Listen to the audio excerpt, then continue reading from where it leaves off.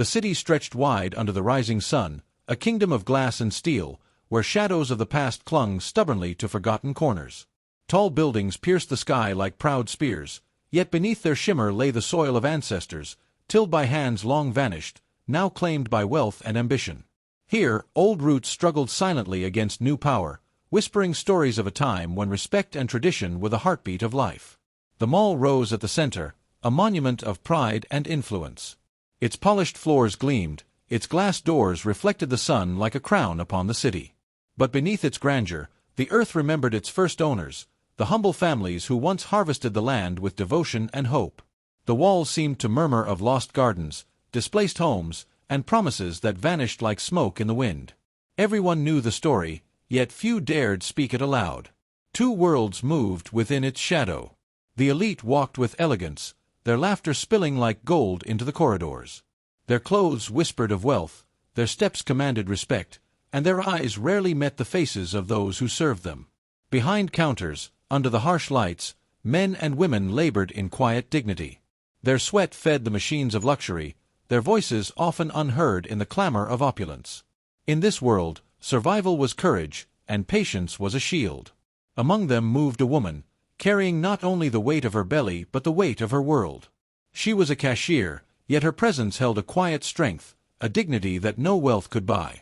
Her hands, soft yet firm, rang up purchases, folded bills, and offered polite smiles, each motion careful and precise. She was pregnant, yet she bore the burden with grace, her heart heavy with worry, her mind alert to every shadow that might threaten the fragile peace of her family. In her eyes shone the lessons of her mother and grandmother: patience, honor, and endurance. A life well lived is built on quiet strength, her mother had said. Even when storms strike, the one who endures will see the sun. These words lived in her, guiding her steps through long hours and crowded aisles. She did not speak of her sacrifices, for humility was her cloak, and dignity her shield. Day after day, she worked tirelessly. Her hands scanned goods, her back ached beneath the weight of constant motion, and yet she hid her fatigue behind calm eyes. Each coin she earned supported the household, each smile preserved the fragile balance of home. She carried her burdens silently, a sentinel of hope and endurance, believing that one day her sacrifices would bear fruit, that justice and peace would find their way to her door.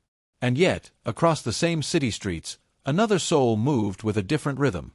Her husband, once humble and gentle, now bore the faint arrogance of ambition. The taste of power had begun to cloud his heart. Once he had laughed beside her, shared in her dreams and struggles, but now his eyes wandered toward status, toward wealth that promised respect he feared he could not earn otherwise. He was no longer the man who held her hand through storms. He was a man whose gaze lingered on opportunity, oblivious to the life they had built together. One evening, as the sun dipped low and painted the mall in golden fire, she watched him from across the crowd. A pang of recognition, of sorrow, struck her heart. The man she had loved, the man she had trusted, now seemed a stranger cloaked in ambition.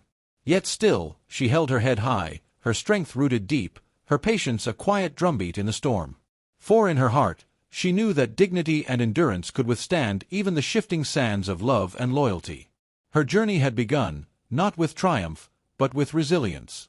And in the city where old roots struggled against new wealth, her story whispered a truth older than the buildings themselves. That strength is not measured by power, but by the courage to carry life, love, and honor through the storms of the world. The house was quieter than it had ever been. Once, laughter had danced between the walls like sunlight through the windows. Now, only silence lingered.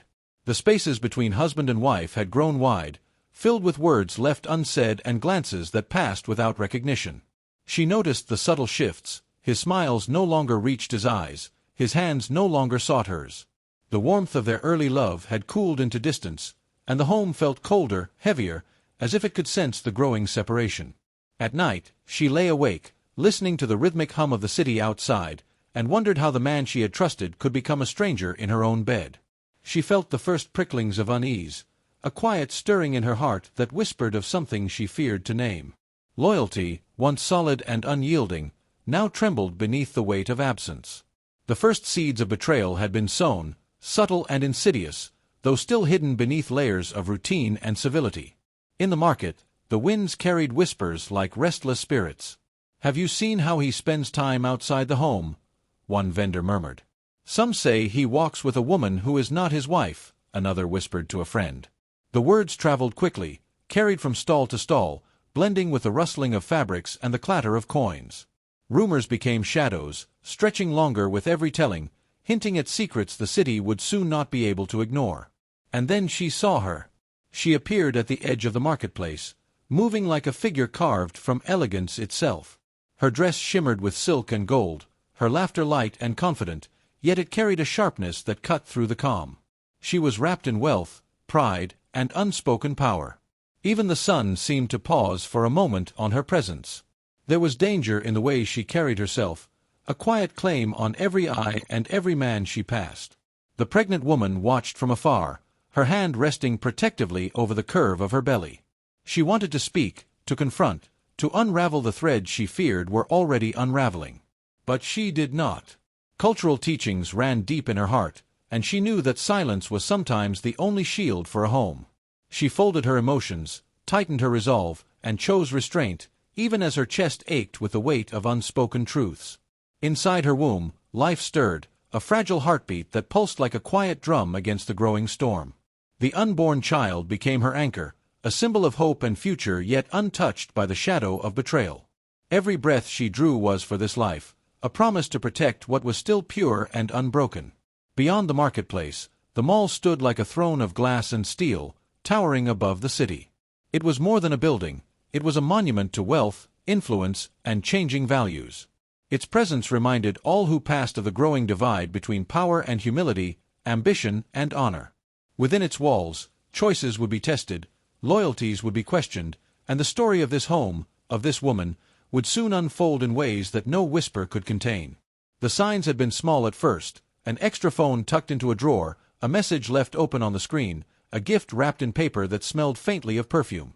She noticed them quietly, holding them in her hands like stones too heavy to drop.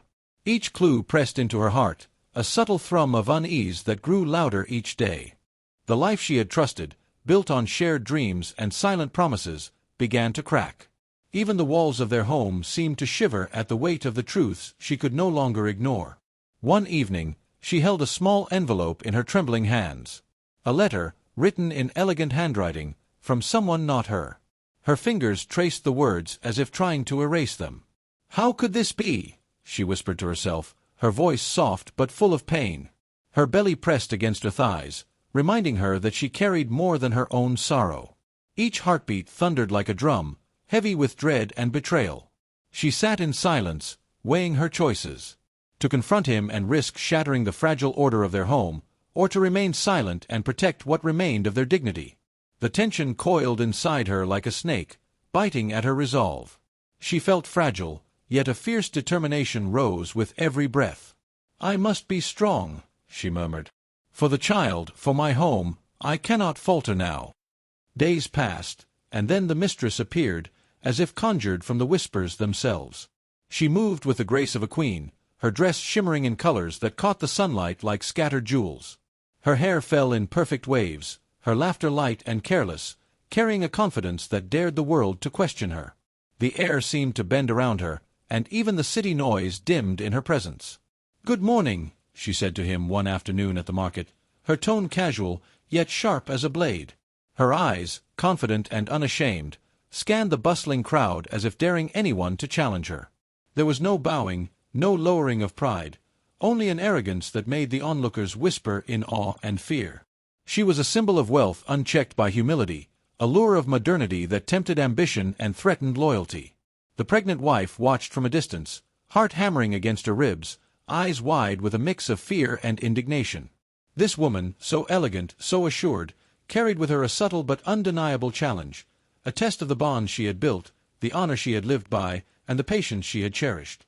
Every step the mistress took, every smile she offered her husband, pressed against the walls of her resolve, demanding attention she was not yet ready to give. Inside, a quiet storm raged. Her love, once steady and warm, had begun to falter under the weight of deceit. Her anger battled with tradition, her fear with courage. Yet she remained silent, knowing that strength sometimes means waiting, observing, and letting truth reveal itself in its own time. The air in the mall seemed to tighten as she entered, her eyes scanning the glittering halls with a mixture of fear and determination. The mistress stood near a boutique, her head held high, laughter spilling like liquid gold. She saw the pregnant wife approach and tilted her chin, a smirk curling her lips. "Oh, you're here," she said lightly, as if greeting a stranger rather than a woman carrying the life of the man she claimed. "I hope you are keeping well. Must be tiring, carrying all that responsibility, and so quietly." The words cut through the calm like a sharp knife. Those nearby paused, sensing the tension, whispering among themselves. Mothers clutched baskets closer to their chests, shopkeepers peeked from behind counters, and young men lowered their voices. Respect and humility had been violated, and the city's old eyes noticed. The wife's hands trembled, fingers tightening around her purse. Her heart pounded in her chest, not from fear, but from the fury that had built silently over months. This was no longer whispers or hidden messages. This was an open defiance of family, tradition, and honor. She had carried patience as a shield, but that shield had begun to crack. Through the glass of the mall's high windows, the sun reflected off polished floors like 1,000 tiny mirrors. It was as if the world itself paused, waiting for what would unfold. She saw her husband standing beside the mistress, smiling at some whispered joke, oblivious to the storm that had quietly gathered in the wife's heart. "You think this is your stage?" she whispered to herself, a tremor of both fear and resolve threading through her voice. "You think wealth gives you the right to walk on honor?" Her emotions could no longer be contained. Years of loyalty, endurance, and silent suffering erupted like fire from a smoldering hearth. She stepped forward, her heels striking the polished floor with finality, and her hand lifted, striking the mistress across the face with a sound that cut through the murmurs and music alike. The mall fell silent. Time seemed to stop.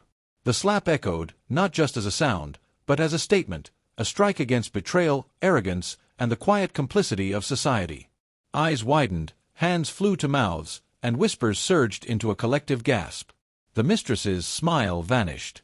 She touched her cheek, shock flashing across her elegant features, her composure momentarily broken. The husband looked stunned, the weight of months of secrecy crashing around him. Around them, shoppers and employees whispered of courage, desperation, and the power of a woman who refused to let injustice go unnoticed. In that moment, the pregnant wife felt both the fragility of her body and the strength of her spirit. She stood straight, her hand trembling but unyielding, her eyes fixed not on fear, but on the truth she now demanded the world recognize. The mall, a monument to wealth and modernity, had become an arena of fate, where personal pain collided with public spectacle, where betrayal was no longer hidden, and where courage was witnessed by all who had paused to watch. In that echo of silence, she knew a story had begun, a story that would not be whispered in corners, but told for generations. The echo of her hand striking the mistress lingered in the polished air of the mall, a sound louder than any voice. Shoppers froze, their eyes wide with disbelief. Some covered their mouths, whispering with trembling voices, "Did you see that? She dared." Others shook their heads, muttering disapproval. A woman should not act like that in public. Where is her sense of honor? Mothers clutched children closer, elders glanced knowingly, as if recalling lessons from their own lives. The pregnant wife stood tall, her hand still raised, chest heaving, heart beating like the drum of truth. She felt both the weight of shame and the surge of courage, her pain now a spectacle for all to witness. The mistress, holding her cheek, laughed, a sharp, bitter sound that sliced through the whispers. "Oh, how bold you are," she sneered. "Do you even know who you strike?" A hush fell over the crowd, and then the words came, like a blow, "My father owns this mall." The voice rang with calm authority, but the weight behind it crushed the space around them. Murmurs rose like wind through dry grass, a ripple of awe and fear. The pregnant wife's eyes widened as the truth settled. A power far greater than her own now loomed, and her act, though righteous in her heart, seemed reckless in the eyes of society. Security arrived quickly, their uniforms stiff and stern, walking with the authority of law. They approached her without question, hands raised to enforce order, yet no one asked why her face was streaked with pain or how long she had endured betrayal. The husband stood nearby, silent, a shadow of shame and cowardice. His gaze avoided hers, and in that moment, his absence of protection spoke louder than any words ever could. She felt the gaze of every observer, the judgment and whispers pressing against her like invisible chains. But beneath the surface, she carried a quiet dignity, a core of strength that no public humiliation could shatter. Slowly, deliberately, she stepped away from the center of the crowd. Each step was measured, her body tired, her spirit heavy, but her head remained high. Outside the mall, the sun seemed to shine less brightly.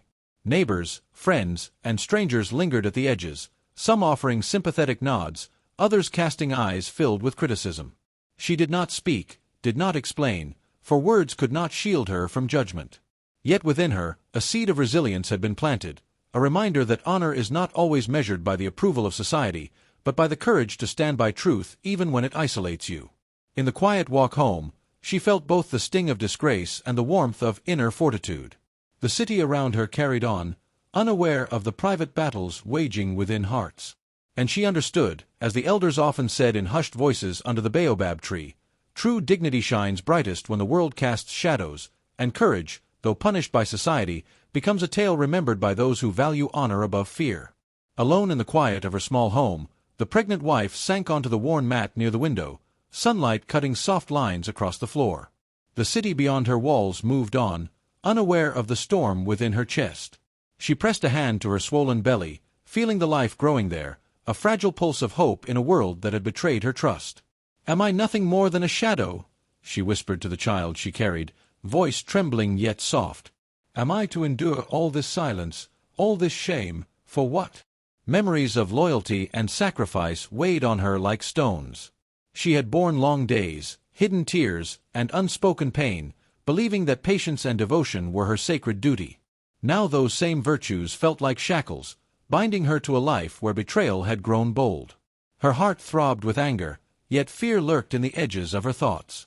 She closed her eyes, drawing strength from the life within her. "You are my promise," she murmured, her fingers resting lightly on her belly.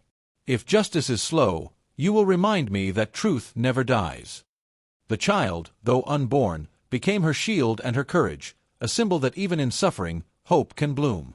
The air shifted as he arrived, the patriarch, the mistress's father. The very ground seemed to acknowledge his presence, the weight of his authority pressing upon the streets and walls alike. He moved with the confidence of a man who had spent a lifetime commanding respect, his gaze sweeping the space as if weighing every heart. Elders paused in their tasks, merchants lowered their voices, and the city itself seemed to hold its breath. "This is a matter of family and honor," his voice rumbled, smooth yet laden with unyielding gravity. "And I will not let the reputation of my house be questioned." His eyes, sharp as an eagle's, landed on the pregnant wife, yet his first attention was only for the daughter who had called him. He listened to her words, her side of the story flowing like a river unchallenged.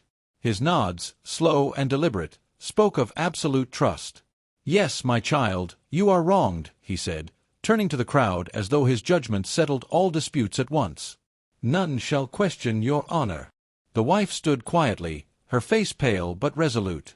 Every whisper in the air, every gaze cast upon her, reminded her that she now faced a storm of power and wealth. Her husband avoided her eyes, frozen by fear, a man unable to lift his voice for what was right. The weight of authority pressed down, yet she refused to bow, even as threats began to mount. "You will answer for this act," the patriarch declared. "Do you understand? Your position, your livelihood, your reputation, all may hang by a thread." The city watched, debates murmuring in every market and alley. Courage against authority, truth against wealth. What would prevail? The wife clenched her fists, her resolve bolstered by the quiet heartbeat of the child she carried. Slowly, voices began to rise, elders, witnesses, and quiet observers who had seen the truth beyond the daughter's claims. "Respect is due, but honesty even more," an elder intoned. "The child in her womb is innocent, and the woman who protects that life deserves more than fear." Others nodded, adding weight to a truth that could not be silenced. The patriarch's brow furrowed. He had believed wealth and loyalty alone dictated justice, yet now, cracks appeared in his certainty. The words of the witnesses pricked at his conscience. "Perhaps. I have not seen the full path," he murmured, voice softer, uncertain. The balance began to shift, the scales of judgment tilting as morality forced its weight upon pride. In that moment, the wife felt the stirrings of vindication, quiet but undeniable.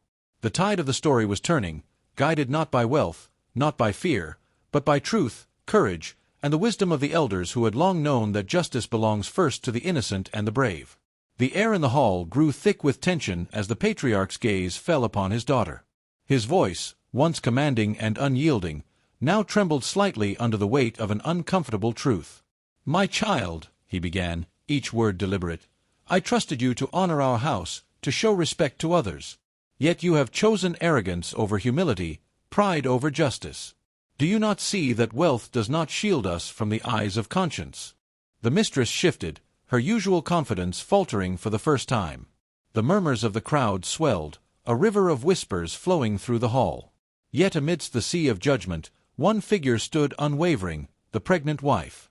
Though she had faced public humiliation, her posture remained dignified, her hands resting lightly upon her belly, the life within her stirring like a quiet drumbeat of hope. The patriarch's eyes softened, drawn to the courage radiating from her, an invisible force that could not be ignored. "And you," he said, turning his gaze toward the wife, "though the world has sought to shame you, your dignity stands unbroken. Your strength, it is undeniable." A hush settled over the gathering as attention shifted. The unborn child, tiny yet sacred, seemed to carry a weight far beyond its size. The elders nodded knowingly. "The child in her womb is the promise of justice yet to come," one murmured, voice low but certain. "See how innocence carries the power to awaken truth." Community members who had once whispered blame or looked upon her with doubt now saw her in a new light. Mothers exchanged glances, men lowered their heads in respect, and even merchants paused in their dealings, reflecting on the courage it took to endure suffering with patience and resolve. The woman they had once perceived as weak now stood as a pillar of strength, a beacon of moral clarity. The patriarch's pride began to bend, the edges of his authority softened by conscience. "I have allowed power to blind me," he admitted, his voice heavy. "I have seen only loyalty to my name, not to the truth." He looked at his daughter, who now stood silently, realizing for the first time that privilege could not shield her from the moral law that governs all. And in that moment, the hall seemed to shift. Authority bowed before morality, status yielded to virtue, and the community understood a lesson as old as their ancestors. No matter how mighty, no one escapes the reckoning of conscience. The pregnant wife remained calm, her strength quiet but absolute, a symbol that truth, dignity, and the promise of future justice are forces that even the tallest towers and the wealthiest hands cannot suppress. The crowd exhaled as if awakening from a long, tense silence. Eyes once clouded by envy and fear now shone with recognition. Strength is not measured by status, but by courage and righteousness. The child in her womb was no longer just a life. It had become a beacon, illuminating a path where virtue triumphs over privilege, where the moral law holds sway over the mightiest of men. And so, in that hall, under the weight of wealth, influence, and expectation, justice and dignity prevailed, turning the tide. The patriarch, though still powerful, had been humbled. The daughter, though privileged, had been corrected.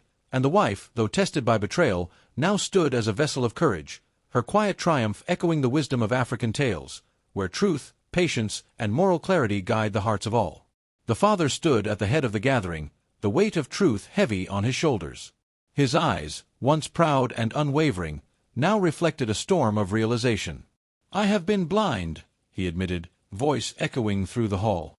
"I saw only loyalty to my name, not the hearts of those around me. I judged without listening, trusted without questioning. My daughter. I have allowed pride to guide her, and for that, we all bear a cost." The crowd murmured, sensing the rare moment of humility from a man usually untouchable. Elders nodded gravely. The lessons of their ancestors whispered through the walls of the hall. The patriarch continued, "Power is not measured in gold or title, but in fairness, in justice. Today, I must set wrongs to right, even if it humbles my own blood." The mistress, her usual confidence shaken, lowered her eyes. For the first time, the daughter felt the sting of accountability. Her shoulders, once squared with entitlement, now drooped under the weight of moral correction. "Father," she whispered, barely audible, I understand." The community watched as the arrogance that had once shielded her faltered, replaced by the humbling lessons of consequence. Respect for tradition and ethical conduct, the elders knew, could not be ignored. Meanwhile, the husband's face burned with shame. His disloyalty, once hidden behind smiles and promises, was now visible to all. The community's whispers turned to quiet judgment, eyes no longer filled with indulgence but with the sober recognition of betrayal. No longer could he hide behind excuses or charm. His failure had corroded his honor, leaving him exposed to the moral law of both family and society. The wife stood quietly, her gaze steady, hands resting protectively over her belly. The moment had arrived for her choice. Would she forgive the man who had broken trust, or would she walk away, guarding her dignity and the life she carried? She inhaled deeply, feeling the pulse of her child as a reminder of strength and resilience. "I will protect what is sacred," she said softly, yet with the authority of one who carries life and hope within. "I will not allow betrayal to claim my heart or my child's future." The hall seemed to exhale as she made her decision, a ripple of acknowledgment passing through the crowd. Here was a woman who embodied the lessons of African tales: courage in adversity, wisdom in patience, and the power of moral choice. Her decision, whether to forgive or depart, would not only define her path but serve as a testament that dignity, virtue, and love for the innocent outweigh fear, weakness, and selfish ambition. The patriarch nodded in quiet agreement, understanding that justice had been restored not through punishment alone, but through the strength and choices of those who had endured wrongs with patience and moral clarity. And in that hall, beneath the gaze of elders and the watchful eyes of the community, a balance was returned, a reminder that wealth and authority are hollow without fairness, that betrayal brings consequence, and that true courage is measured not in power, but in the preservation of honor. The woman walked through the village streets with a quiet strength that had not been there before. Each step felt heavier with the memories of betrayal and humiliation, yet lighter with the certainty of self-respect. Her gaze no longer sought approval from the eyes of others. It rested firmly on the promise she carried within her, the life of her unborn child. "I will not bend to fear or shame," she whispered, fingers resting protectively over her belly. "My child and I deserve dignity." Neighbors watched in awe, sensing a shift. She no longer walked as a shadow of someone's pride or as a vessel of suffering. She carried herself with the calm power of a woman who had endured storms and found clarity in the heart of the tempest. The whispers that once carried judgment now carried respect. The tale of her courage began to ripple across the city like water seeking its path through rock. Elders gathered in the courtyard, their eyes grave yet soft with wisdom. "We have seen," said the eldest, his voice carrying the weight of generations, "that wealth is not always righteousness, nor title the measure of truth. Silence in the face of injustice only strengthens the hand of wrong." Another elder nodded, adding, "A voice guided by moral courage, though it may tremble, can awaken the conscience of all who witness it." Their words traveled quickly among the people, threading through conversations, teaching that honor and justice cannot be bought, they must be lived. The woman stood at her window that evening, the sun dipping behind the skyline of the city that had once seemed so cold and unyielding. "Strength is not in gold or power," she spoke softly to herself, "but in the courage to remain just, to walk with dignity, and to protect those who depend on us." She felt a warmth in her chest, the quiet flame of hope and the knowledge that the future, her child's future, was in safe hands. And so the tale closed with a truth older than the city itself. Betrayal brings consequences beyond those immediately touched, yet truth and moral clarity can rise above wealth, arrogance, and fear. Even the weakest voice, when carried with integrity, shakes the foundations of false power. The community remembered, the elders whispered, and the woman's courage became a beacon, proof that resilience, dignity, and adherence to justice could withstand even the heaviest storms. In that moment, life felt whole again. The city, its people, and the woman herself were reminded that courage is timeless, and the lessons of truth, accountability, and honor are the pillars that hold society together. From the ashes of betrayal, a new strength had emerged, radiant and unwavering, guiding hearts toward justice and the enduring wisdom of African tales.